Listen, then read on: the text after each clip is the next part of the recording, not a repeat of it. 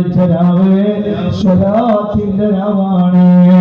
കഴിഞ്ഞ വിശുദ്ധമായ റബീഉൽ അവ്വൽ മാസത്തിൽ മദനിയം കുടുംബം ഓരോരുത്തരും 1,00,000 സ്വലാത്ത് ചൊല്ലാമെന്ന് ഏറ്റെടുത്ത് ഒരുപാട് ആളുകൾ 1,00,000 സ്വലാത്ത് പൂർത്തീകരിച്ചു കഴിഞ്ഞിട്ടുണ്ട്. അതെല്ലാം മദീനയിലേക്ക് ഹദിയ ചെയ്തുകൊണ്ട് മഹാനായ താജുൽ ഔലിയ ഖാസിം വലിയുള്ളാഹിയുടെ ഹദറത്തിൽ വെച്ച് നമ്മൾ ദുആ ചെയ്യുകയാണ്. ഇൻഷാ അല്ലാഹ് ഈ വെള്ളിയാഴ്ച രാവ് സ്വലാത്തിന്റെ രാവാണ്. ഇമാം മുസ്ലിം റളിയല്ലാഹു അൻഹു റിപ്പോർട്ട് ചെയ്യുന്ന ഹദീസിൽ കാണാം, പരിശുദ്ധമായ വെള്ളിയാഴ്ച രാവിലെ ആകാശലോകത്ത് നിന്ന് മലക്കുകൾ ഇറങ്ങി വരുമത്രേ. മദീനയിലെ ഖുബ്ബത്തുൽ ഖദറായിന്റെ താഴെ ഹുജറത്തുൽ ശരീഫിന്റെ അകത്തളങ്ങളിൽ മുത്തുനബിയുടെ ഖബറിന്റെ സമീപത്ത് സല്ലല്ലാഹു